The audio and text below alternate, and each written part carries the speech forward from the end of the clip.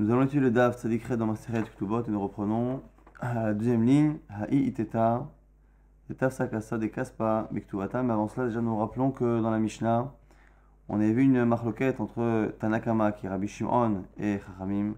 Est-ce qu'une femme qui a, une veuve, qui a vendu une partie des biens de son mari pour se rembourser de l'Aktuba ou d'une partie de l'Aktuba, est-ce qu'après, elle est bloquée, elle ne peut vendre que la suite en demandant au Beddin? Et est-ce qu'au passage, elle a perdu le droit aussi de demander l'Aktuba? Et les Chachamim pensent que bien qu'elle ait vendu une partie, eh bien ça ne change rien. Et si c'est lié, ce qu'on a vu en tout cas dans la fin du Daf d'hier, c'est lié à cette notion-là, est-ce qu'une partie de la somme est considérée comme étant toute la somme? Si elle a déjà empoché une partie de l'Aktuba, est-ce que ça lui enlève des droits sur la suite? Et à propos de cela, la Gemara nous rapporte un Maaseh, Ha'i teta de tafsa kasa de kaspa avec tuata. Il y a une femme qui a pris comme remboursement de sa ktuba, elle a pris un verre des kaspa en argent qui appartenait à son mari. Et c'est comme ça qu'elle s'est remboursée une partie de sa ktuba. Katav a maisonné. Et maintenant, elle a demandé à être nourrie par les héritiers avec l'héritage du mari défunt. Ataï les kameh des rava. Et les héritiers en fait n'ont pas voulu en disant que comme la femme s'est servie dans les biens du mari pour prendre une partie de sa ktuba, et bien du coup elle a perdu ses droits. Taï les kameh des rava, ils sont venus voir Rava. Amarlo il leur a dit, les yatme, zil havula, maisonot, donnez-lui ce que vous lui devez, c'est-à-dire le fait de la nourrir. Li dechash leha de Rabbi Shimon, de amar lo amrinan mixat kesef, kechola kesef. On ne tient pas compte de ce qu'a dit Rabbi Shimon, et on ne pense pas ici que mixat kesef que kesef. Ça c'est le marasé pour illustrer que la lacha n'est pas comme Rabbi Shimon. Shalach le rabba vere de rava le Rav Yosef. Mocheret shelo beveddin sricha shvura, o en sricha shvura. On avait vu dans la Mishnah que la femme justement peut vendre les biens de son mari, qu'elle ait déjà vendu une partie des biens pour la ktuba ou pas. Elle peut vendre la première partie ou même la suite chez le beveddin sans présence du beddin. La question maintenant de la Gemara, qui est posée ici par Rabba, le fils de Rabba, Rav Yosef, c'est est-ce que cette femme qui vend des biens du mari pour se rembourser la ktuba que son mari lui doit, est-ce que cette femme-là a besoin de le faire en jurant? Est-ce qu'elle doit jurer qu'elle n'a pas déjà touché la ktuba? Même s'il n'y a pas besoin de présence du beddin, est-ce qu'il y a au moins besoin d'un serment pour nous prouver qu'elle n'a pas pris la ktuba par ailleurs? La Gemara dit, et la Chaza, la Gemara pose une autre question. Rav Yosef répondit, avant même de me demander si elle doit jurer, demande-moi d'abord si on doit faire une Chaza. Chaza, c'est le fait de faire connaître, enfin, un appel d'offres donc, de donner l'information à tout le monde que les biens de monsieur sont à vendre, de telle sorte à ce qu'ils soient vendus au meilleur prix. Donc déjà, deux questions finalement. La première question, c'est est-ce que la femme qui a le droit de vendre les biens de son mari pour se faire payer la ktuba, est-ce qu'elle a le droit de le faire sans beddin ou pas? On voit que oui, elle n'a pas besoin du beddin. Après, est-ce qu'elle doit jurer ou pas? Et avant même de se poser la question si elle doit jurer ou pas, on se pose la question est-ce qu'elle doit le faire de manière publique pour que les biens soient vendus à une valeur optimale? La Gemara à ce moment-là répond Amar le Rav Yosef, Achaza, lo kami bayali, d'Amar Rabbi Zera, Mar Rav Nachman, Almana sheshama le asma, lo asav le klum. Nous dit d'abord Rav Yosef, déjà, et machiz le fait de faire connaître à tout le monde l'intention que la femme a de vendre ses biens, ça n'est pas obligatoire. Donc la réponse déjà à la première question, est-ce que la femme doit faire connaître la vente de ses biens? Non. Pourquoi?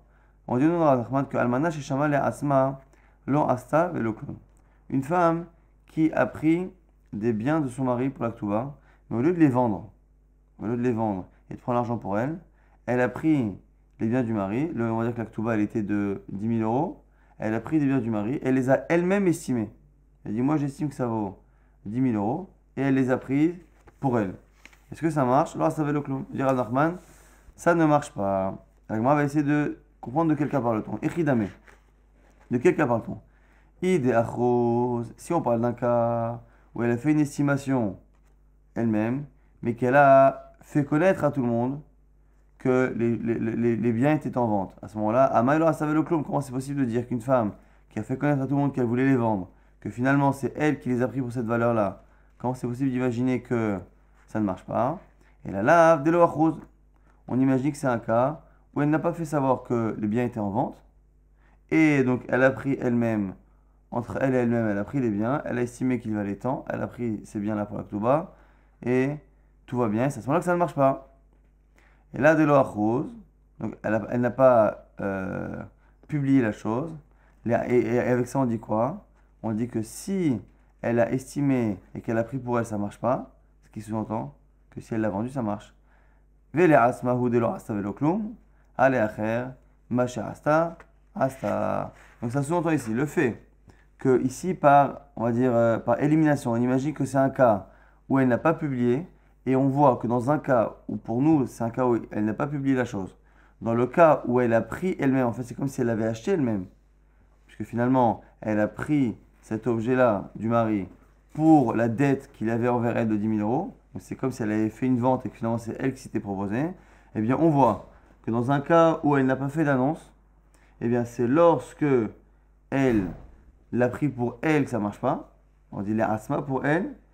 Et ça sous-entend que par contre, si elle n'a pas fait d'annonce et qu'elle a vendu à quelqu'un d'extérieur, ça a l'air de marcher. Et donc du coup, on aurait une preuve ici, selon Rav Yosef, qu'une femme qui vend les biens de son défunt mari pour se rembourser une partie ou la totalité de sa ktouba, elle n'a pas besoin de faire connaître la vente au public. Les rolam, la gma, non.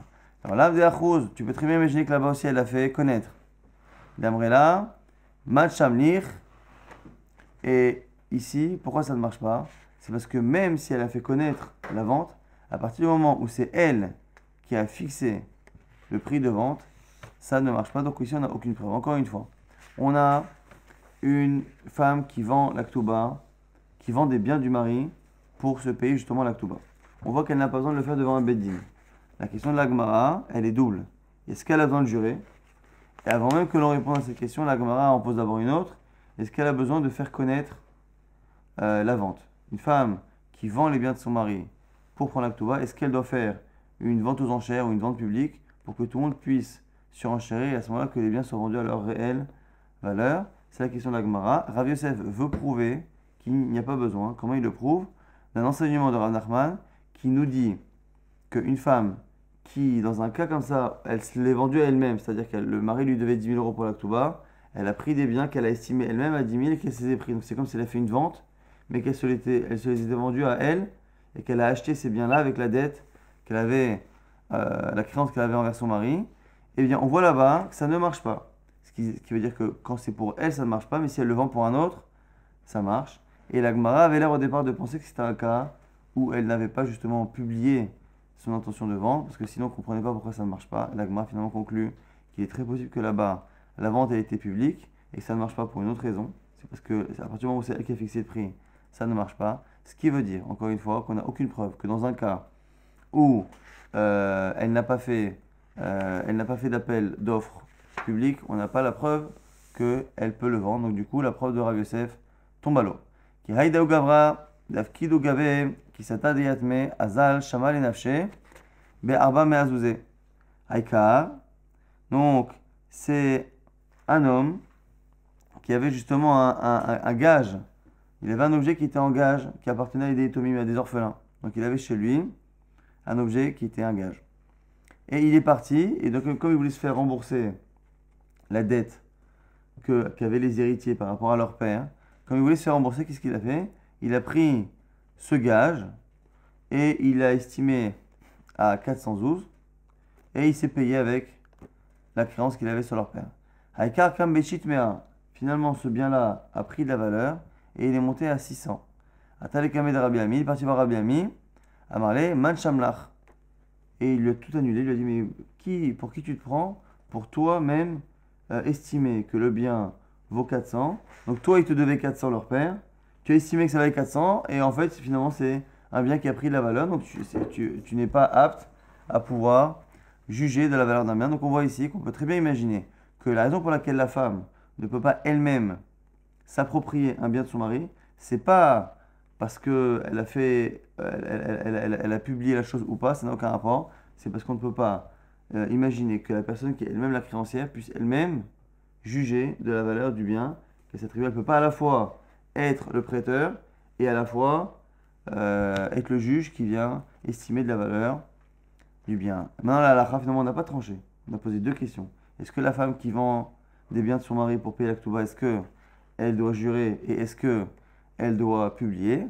On n'a pas tranché, la Gemara va le faire. Elle doit jurer, mais elle n'a pas besoin de publier. Donc la Gemara n'a pas de preuve, mais la Gemara finit par trancher à nos deux questions. La femme doit jurer, même s'il n'y a pas besoin d'un bédine, il faut qu'elle jure, qu'elle n'a pas reçu la Ketouba par ailleurs, avant de vendre des biens du mari. Et elle n'a pas besoin par contre de publier son intention de vente. Nouvelle Mishnah. Almana sha'ita ktubata mata'im u'macha shave mané bemataim. Oh, shave mata'im bemané nitkabla ktubata. Une femme maintenant qui va encore une fois vendre des biens de son mari pour se payer la ktuba. Donc elle a une ktuba de 200, une ktuba classique de mata'im, et elle a vendu un objet qui vaut un mané, donc qui vaut 100, mais elle l'a vendu 200. Ou l'inverse, elle a vendu un objet de 200, mais à la vente, elle n'en a récupéré que 100. Comment ça marche? Est-ce que on fixe la chose en fonction du prix d'origine, de base, le prix réel, ou du prix de vente? Et ici, ce qui est intéressant, la Gemara va tout de suite relever, c'est qu'il y a une contradiction. Puisque dans le cas où la valeur réelle, elle est plus petite, eh bien, elle perd. Et lorsque la valeur vendue est plus petite, elle perd aussi. Donc du coup, il n'y a pas de logique. La logique voudrait que l'on se fie constamment à la valeur réelle ou constamment à la valeur factuelle vendue. Or ici, on voit qu'elle est perdante des deux côtés. On verra pourquoi. Aïta ktubata mané, dans le cas par contre, on a une ktuba de un mané, de 100. Ou machash ave mané, vedinar bemané. Et qu'elle a vendu ici, donc pour un mané, mais qu'elle a vendu des biens qui valent plus qu'un mané. Alors ici, c'est quoi le problème? C'est qu'il y a deux problèmes. Il y a déjà le fait qu'elle ait vendu un bien pour une valeur X, elle l'a vendu à une valeur qui est moins importante. Mais au-delà de ça, elle a vendu surtout des biens qui ont à la base une valeur qui est au-delà de ce qu'elle peut demander. Jusqu'à présent, on avait dit une femme qui est Ketouba de 200, qui prend un objet de 200 et qui le vend 100. C'est-à-dire que dès le départ, elle a les prérogatives pour vendre un objet de 200. Or ici, c'est une femme qui a un droit de 100. Dès le départ, lorsqu'elle touche à un bien qui vaut 101, est-ce que Bichlal, la vente qu'elle va faire, est-ce qu'elle peut avoir un effet ou pas? Nous dit la Mishnah pour l'instant, Micha Batel. La vente est annulée. Pourquoi? Parce que la femme n'a pas le droit de vendre les biens de son mari défunt. Elle n'a le droit de vendre que les biens qui sont asservis à sa Ketouba. Donc elle a une Ketouba de 100, eh bien des objets qui ont valeur de 100 sont vendables par la femme. Dès que ça vaut 101, tout est annulé. Afilou yomeret ahazeh dinar leyorshi, même si elle dit je rendrai le dinar en plus, je prends un objet de 101, je vends, même si je n'ai le droit qu'à 100 parmi ces 101, je prends 100 et le 1 en plus, c'est comme si je l'empruntais, je le rendrai aux héritiers. Micha batel, la vente est annulée. Ça c'est un akama. Rabban Shimon ben Gamliel omer, le'ola micha kayam, achete sham kede sheteshayer besade. Bat Tisha Kabin, Obegina, Bat Chatzikav, ou qui dira Bekiva, Beit Rova. Nous dit c'est Rabban Shimon ben Gamliel, c'est pas vrai, ça marche.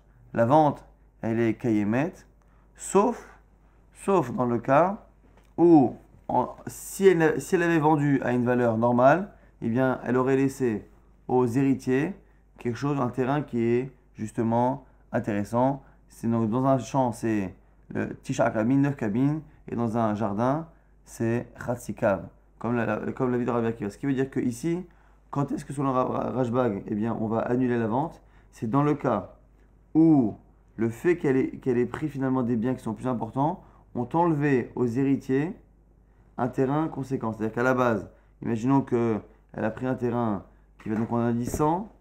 Si l'héritage est de 300, de telle sorte à ce que les 200 restants soient un vrai terrain important, donc 9 cabines pour un terrain, pour un champ, et la moitié d'un cave pour un jardin, à ce moment-là, dans le cas où elle a grignoté plus que les 100 et qu'elle a fait perdre aux héritiers dans cette vente-là le terrain qui reste, à ce moment-là, on estime que la vente elle est caduque. Par contre, si dès le départ, les héritiers n'avaient pas, en dehors des 100, ils n'avaient pas un vrai terrain, et bien même si elle a grignoté un peu plus, 101, 102, 103, eh bien, c'est pas grave, parce que finalement, elle n'a rien fait perdre. Elle ne fera que rembourser la partie du terrain qu'elle a vendu qui n'était pas sous sa responsabilité.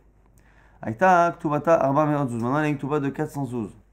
Umacha, laze bemane, velaze bemane, velacharon, yefe mane vedina bemane, shel acharon batel, shel kulan, michan batel.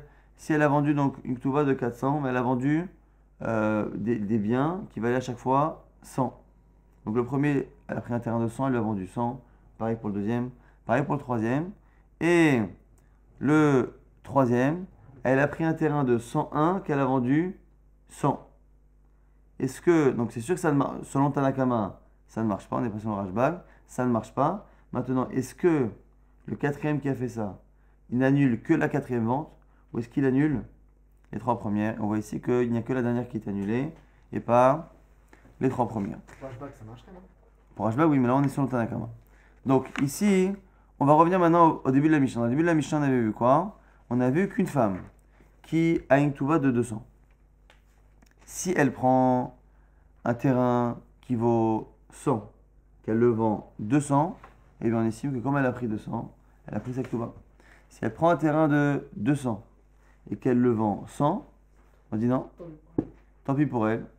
Eh bien, elle a tout perdu parce qu'elle a pris à la base un terrain de 200. Donc, m'a dit Maïshna, Shaveh Mataim Bemane, Damrela At Afsalt. Comment c'est possible de dire que lorsqu'elle a pris un terrain de 200 et qu'elle a vendu 100, donc c'est la deuxième partie de la Mishnah, elle a pris un terrain de 200, qu'elle a vendu 100, elle dit écoute, tu as perdu? Le terrain il valait 200, que tu l'aies vendu plus ou moins, c'est ton problème. Le terrain, moi je regarde la vraie valeur. Tu as pris un terrain de ton mari qui valait 200, et bien ton mari t'a donné 200. Ton mari défunt t'a donné 200. Donc je ne tiens pas compte de la valeur vendue, la valeur de l'achat. Très bien. Alors du coup, si c'est ça, elle devrait vous dire à la femme à ce moment-là, bon alors ok, dans ce cas je viens. Mais dans le cas où par contre le bien valait 100. Donc combien mon mari m'a donné? Il m'a donné 100. Et moi j'ai fait une super affaire, j'ai réussi à le vendre le double. Eh bien le surplus normalement il devrait être à moi. Et on devrait considérer que je n'ai pris à mon mari que 100. Donc on devrait encore me donner 100. Donc là, comment on pose la question? C'est pas juste. Kan Shana Rabbi, c'est là que Rabbi a dit que ici, tout revient au propriétaire de l'argent. Et ici, on va revenir dans une idée que c'est quelqu'un qui envoie un chaliard, on verra dans la suite, qui envoie un chaliard pour acheter ou pour vendre ses biens, et bien même si celui qui va vendre ses biens à sa place fait une super affaire et lui vend les biens pour 30%, 40% de plus, il ne peut pas dire non, les biens ils valaient X, moi je te l'ai vendu pour X plus 30%, je prends les 30%. Pour moi, le vendeur n'a pas le droit de s'approprier le surplus au niveau de la vente. Quel est Tania? On verra que ici c'est une marloquet Tanaïm, même si ici on a des contradictions dans les braïtot, et c'est la contradiction dans les braïtot qui va amener à la chita de Rabbi aussi. Quel est Tania? C'est une braïta qui nous dit quoi? Aussi fulo, achat, yetera, hakol la shaliach, dit Rabbi Yehuda. Premier avis de Rabbi Yehuda, qui pense que quelqu'un qui a vendu pour donc un chaliach, c'est un envoyé, il a envoyé pour vendre, et il a vendu pour plus que ce que ça vaut. Eh bien, nous dit Rabbi Yehuda que le surplus revient au chaliach à l'envoyé. Rabbi Yossi Omer, Rabbi Yossi dit non, cholkim, on partage. Donc pour l'instant, on a l'air d'avoir une marloquette. Que fait-on lorsqu'on a envoyé quelqu'un pour vendre des biens et que ce vendeur-là, qui est employé par la personne, eh bien, elle vend le bien pour plus que sa valeur? Que fait-on du surplus? Le surplus, le gain, est-ce qu'il est entièrement à celui qui a fait la vente ou est-ce qu'il est partagé entre celui qui a fait la vente et le propriétaire? Donc pour l'instant, on n'a pas encore notre avis. La Gemara dit quoi? Il peut dire Rabbi Yossi ça, Tania, pourtant Tania, Rabbi Yossi l'a dit. Rabbi Yossi Omer, Hakol et Balamaot, que tout revient au propriétaire. Alors quoi? Rabbi Bachama répond Lokashia, il n'y a pas de contradiction. Kan bedavar sheish lo kitzva, kan bedavar she'en lo kitzva. Ça dépend si c'est quelque chose qui a une valeur fixe. Lorsque la chose a une valeur fixe, c'est là que Rabbi Yossi va discuter avec Rabbi Yehuda. C'est-à-dire que lorsque il y a une cote, il y a un argus sur la chose, eh bien on peut vraiment estimer que ici le gain est vraiment une propriété du vendeur. Pourquoi? Parce que comme il y a une cote qui est fixe, déjà le propriétaire il s'attend à recevoir qu'une certaine somme d'argent et pas plus. Et de manière générale, on part du principe que lorsqu'il y a une cote, il est difficile de récupérer plus que ce que la cote dit.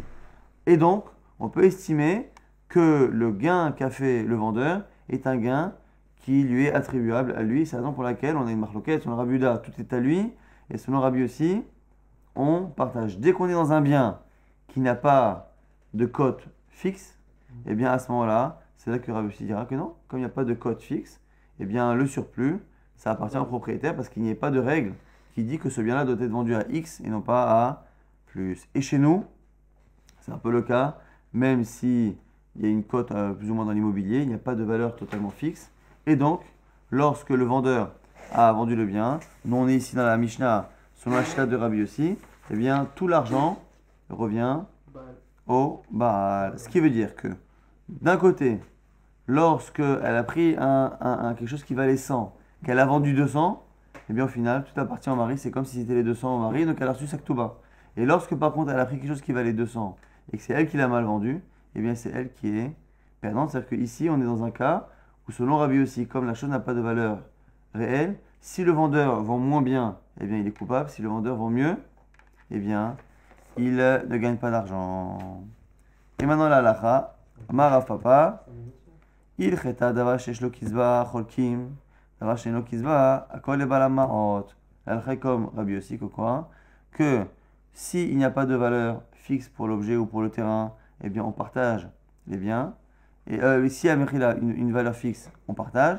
S'il n'y a pas de valeur fixe, comme dans les terrains, eh bien tout appartient au propriétaire. L'agma dit Maïka Mashmalan, c'est quoi le chidouche? Tu m'as déjà répondu. Tu m'as déjà dit que Rabbi aussi qui se contredisait. Rabbi aussi c'est celui de notre Mishnah, donc là elle est comme lui a priori. Et quand tu m'as vu que Rabbi aussi se contredisait, qu'est-ce que tu m'as dit? Une fois Rabbi aussi dit qu'on partage, une fois Rabbi aussi dit que tout est pour le propriétaire, tu m'as donné une réponse. Rabbi Vachama il a dit. Si tu comprends pourquoi Rabbi aussi il dit, parfois il dit de partager et parfois il donne tout au propriétaire, il dit ça dépend.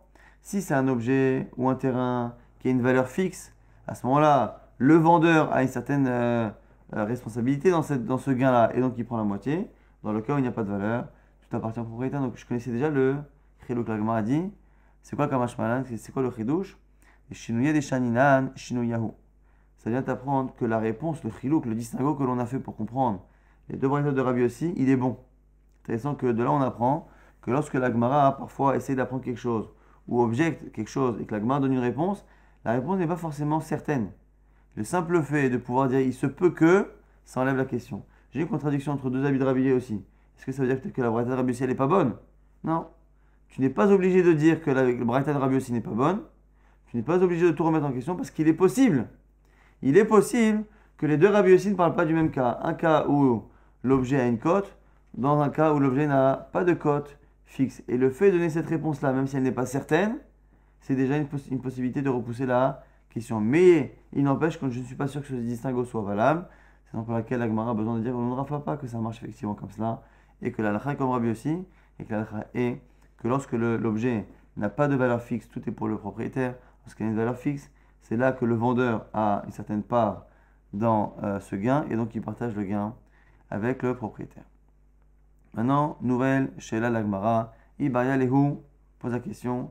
Amarle Zabeni Litra. Et bien Azal Vezabene Kora. Il lui demande de vendre une part d'un champ, donc une surface qui correspond à Litra. Litra, c'est la moitié d'un cours. Et au final, il lui a vendu un cours le double. Donc ici, c'est un cas où il a envoyé quelqu'un vendre, mais le vendeur ne sait pas qu'il s'est trompé sur la valeur du bien, mais il s'est trompé sur ses prérogatives.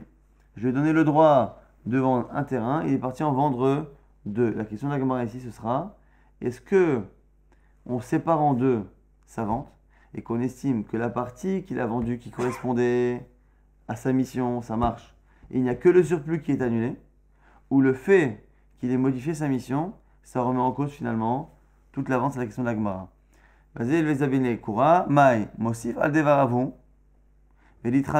Est-ce qu'on considère qu'il n'a fait que rajouter sur sa mission? Il avait une mission de 1, il a vendu 2, une mission de 2, il a vendu 3. Est-ce qu'il n'a fait que rajouter sur sa mission, mais que sa mission d'origine, il a accompli, et donc que la première vente, elle est valable? Odilma, Maviral Devaravhu, Velitran Amilokane, ou peut-être qu'on peut considérer que cet homme-là n'a pas du tout écouté la mission que lui avait donnée le propriétaire, et à ce moment-là, s'il n'a pas écouté la mission, tout est annulé. Là-dessus, la Gemara essaie de répondre.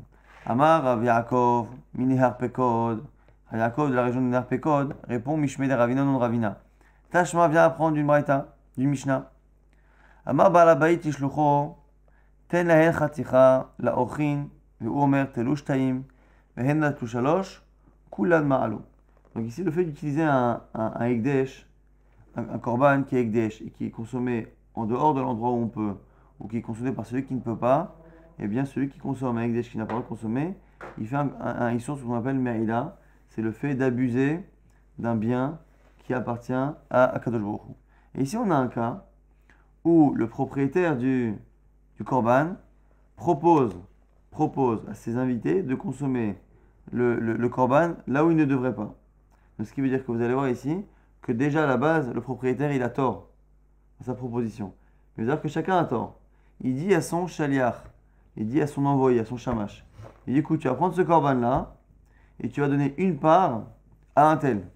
Donc déjà à la base, le propriétaire est en tort de proposer quelque chose qui est interdit. Le shamash, le shaliach qui est envoyé, lui aussi il en rajoute, qu'est-ce qu'il fait? Au lieu de proposer une, il propose deux parts. Donc sur la deuxième, il a rajouté. Et une fois qu'il propose deux, l'invité qui est très poli décide d'en prendre trois. La Mishnah nous dit quoi? Kula Ma'alo. Ils ont chacun fait une Me'ila. Pourquoi? Parce que la première part est sous la responsabilité du propriétaire. C'est lui qui l'a proposé. La deuxième qui a été rajoutée par le shamash, c'est celle du shamash. Et la troisième que les invités se sont appropriés est sous leur responsabilité. Et la Gemara va essayer de résoudre notre question par cela. I amad bishlama mosif al devarav have mishumachi ba'alabait ma'al. Si tu pars du principe que lorsque l'on donne une prérogative à un shaliach, à quelqu'un de vendre ou de donner, et que finalement il fait plus, il y a deux possibilités. Soit tu pars du principe que le fait qu'il ait rajouté, ça ne remet pas en cause la première partie de sa mission, il n'a fait que rajouter mais il n'a pas changé la nature de sa mission. On a dit possibilité de dire que finalement tout est annulé parce qu'il n'a pas du tout fait la mission qu'on lui avait demandé. Si tu dis, comme la première avis qui dit qu'en fait tu ne fais que rajouter mais que la première partie elle est valide et valable, à ce moment-là on comprend cette Mishnah. Pourquoi? Mishumachi Balabait Ma'al, on comprend pourquoi le premier Balabait il est coupable. Pourquoi? Parce que même s'il a demandé à son shaliach de donner un et que l'autre il a donné deux, eh bien ça n'annule pas ce que lui a fait. Regardez pourquoi. Parce que il a marqué Mavial Devarav. Si tu dis par contre que lorsque on demande à quelqu'un de faire quelque chose et qu'il fait plus, eh bien c'est comme si il n'avait pas du tout fait ma mission. Bah la baït à Maïmaal, pourquoi tu considères que le propriétaire est coupable? Mais pourtant il y a une Mishnah qui dit Shaliach shasa shlichuto ba la baït ma'al, shlichuto shaliach ma'al. Si on considère que le shaliach n'a pas fait sa mission, le premier propriétaire n'est pas coupable et donc ne doit pas apporter korban me'ila. Donc du coup, l'Agma veut à partir de ces deux Mishnot, une première Mishnah, enfin qui cite en deuxième, et qui dit que lorsque le shaliach, l'envoyé, ne fait pas la mission, le propriétaire n'est pas coupable.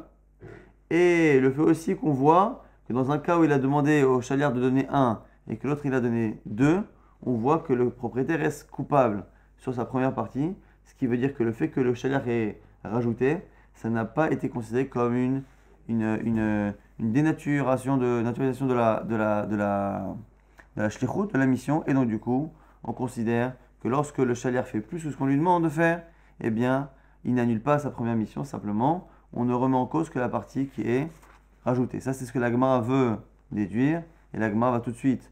On ne peut pas objecter en disant qu'il y a un shaliach bedvar avera, et donc le baal, il ne devrait pas être travaillé de toutes les manières. Alors, effectivement, c'est une question sur un shaliach bedvar avera. Moi, j'ai un constat qu'il n'y a pas de shlichut, mais un shaliach bedvar avera, c'est pour se dispenser. C'est-à-dire qu'on part du principe que normalement, shaliach kemoto. C'est-à-dire que c'est pas que la shlichut ne marche pas. Moi, quand je vois quelqu'un faire, en général, ce qu'il fait, des kiddushin, un homme va dire à un autre homme, donne des kiddushin à madame. C'est lui qui va dire arrête de coup d'échette pour l'autre, et finalement, c'est celui qui est envoyé qui est le mari. Maintenant, si on dit à quelqu'un va tuer l'autre, eh bien, celui qui fait la avera, ne peut pas dire non, mais moi je suis pas coupable. Hier j'ai fait les kiddushin à sa place, c'est lui qui les a fait. Aujourd'hui j'ai fait la vera pour lui, c'est lui qui l'a fait. Là-dessus on dit non. Et shaliar bidor avera, tu ne peux pas être considéré comme étant un envoyé pour une avera pour dire que tu es dispensé et que c'est celui qui t'a envoyé qui est coupable. C'est ça que ça veut dire. Donc ici, sur la première partie, justement, on ne peut pas dire, justement, il lui a dit fait, l'envoyé ne peut pas dire justement la première partie de mané, c'est pas moi, c'est lui. Donc normalement, c'est plutôt lié à ce problème-là. Mais là déjà, la question ici qui est centrale, c'est est-ce que le fait que la personne ait fait plus que la mission, est-ce que c'est considéré comme un rajout mais qui ne remet pas en cause la première partie ou pas? Et la Gemara tout de suite objecte, répond et dit non, achabema askinan de amalehu telu achad mida'ato shel balabait ve achat mida'ati ve shaklu inhu tlat. C'est un cas en fait, ici le shaliach, lorsqu'il a donné, il a précisé clairement les choses. Il a dit, prenez une première part au nom du propriétaire, prenez une deuxième en mon nom, et c'est eux finalement qui ont décidé d'en prendre en plus une troisième. Et c'est à partir du moment où le shaliach a mis les choses au clair, eh bien il n'y a plus de ça fait qu'on va très rapidement à la suite de la Gemara est liée un peu à la suite du DAF, on ne pourra pas la faire. On va très rapidement résumer ce qu'on a fait, parce que le DAF était relativement chargé. On a vu une marloquette entre Rabbi Shimon et Tanakama dans la Mishnah précédente par rapport à une femme qui vendait une partie des biens de son mari défunt pour l'Aktuba. Est-ce que lorsqu'elle avait vendu une partie, elle perdait les droits à l'Aktuba ou pas? C'était une marloquette sur le Rabbi Shimon, elle les perdait. Et on avait tout de suite rapporté une histoire à Maasé où c'était, je crois, Rava qui avait dit aux héritiers qu'on ne tient pas compte de Rabbi Shimon et c'est pas parce qu'elle a encaissé une partie Saktuba en prenant des biens du mari qu'elle a perdu le droit à la suite de l'Aktuba. Après, on avait posé une question dans la Gemara, est-ce qu'une femme qui a le droit de vendre finalement les biens de son mari défunt pour empocher une partie de l'Aktuba, est-ce qu'elle doit le faire dans le Beddin? On a dit non, pas devant le Beddin. Et après, on a dit est-ce qu'elle doit jurer? Et est-ce qu'elle doit rendre public sa volonté de vendre? On voit que finalement, elle n'a pas besoin de rendre public la vente, mais par contre, elle doit jurer. Et on a vu aussi au passage que si elle s'était elle-même approprié les biens, comme une vente, en disant voilà, moi j'estime qu'il valent tant, et du coup, ils correspondent à ce que mon mari me devait dans l'Aktuba, eh bien, on voit que ça ne marche pas, elle n'a pas le droit de se les approprier. De la même manière que quelqu'un qui a un gage qui appartient à des orphelins ne peut pas estimer lui-même la valeur de ce gage et prendre l'argent que lui doivent les héritiers.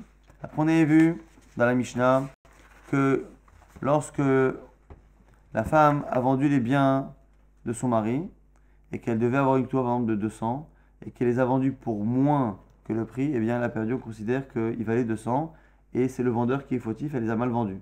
Mais à l'inverse, lorsqu'elle les a bien vendus, donc un bien qui à la base valait 100, qu'elle a vendu 200, eh bien on estime ici que le gain de la vente ne lui revient pas à elle, mais revient à son mari, parce qu'on est dans des biens qui n'ont pas de valeur fixe. Lorsqu'on est dans des biens qui n'ont pas de valeur fixe, la halakha comme Rabbi aussi, que tout l'argent revient au propriétaire. Par contre, lorsque l'objet a une cote qui est relativement fixe, c'est à ce moment-là qu'on a une marloquette entre Rabbi Yehuda et Rabbi aussi, que selon Rabbi Yehuda, tout revient au vendeur, selon Rabbi aussi, la moitié revient au vendeur, donc c'est partagé, et c'est la halakha comme ça, donc je répète, lorsque le bien a une valeur fixe, la halakha est comme Rabbi aussi, que l'on partage les gains, et lorsque le bien n'a pas de valeur fixe, tout le gain revient au propriétaire. On avait vu aussi que lorsque la femme vend un bien, mais qui a une valeur à la base qui est au-delà de l'Aktuba, et donc qui est au-delà de ses prérogatives, est-ce que la vente est annulée ou pas? Selon Chachamim, selon Tanakama, dès le premier dinar de surplus, c'est annulé puisqu'il n'a pas de prérogative là-dessus. Selon Rashbag, ça va dépendre si une vente à valeur normale aurait permis aux héritiers de garder un terrain qu'ils perdent dans ce cas-là où elle a vendu en trop. C'est à ce moment-là que la vente est annulée. Et on avait vu que dans le cas où elle avait partagé la vente de l'Aktuba en 4 ventes, donc pour 412, elle a vendu 4 terrains de 112, et que ce n'est que sur le dernier qu'elle a vendu un terrain qui avait une valeur qui était au-delà de ses prérogatives, c'est que la dernière vente qui est annulée, ça n'annule pas toutes les autres.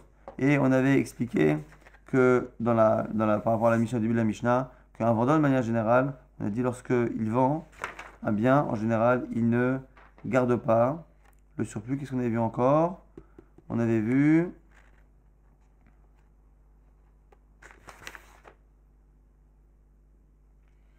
que, voilà, que lorsque un homme est envoyé pour vendre quelque chose et qu'il ne vend pas avec une valeur différente, mais qu'il vend, voilà, exactement, il change la mission, le mandat pour lequel il est envoyé. On a essayé de trancher pour l'instant, on n'a pas tranché, on tranchera dans le DAF justement de demain. On essaie de trancher, on n'a pas tranché, on ne sait pas pour l'instant. Si la question de la qui reste ouverte, c'est est-ce que lorsque la personne est partie et vend plus que ce qu'on lui a demandé, est-ce qu'on considère que la partie qu'il a faite correspond à la mission et donc est gardée et la vente elle est valable, ou à partir du moment où il a rajouté, on considère qu'il a dénaturé la mission et à ce moment-là toute la vente est caduque.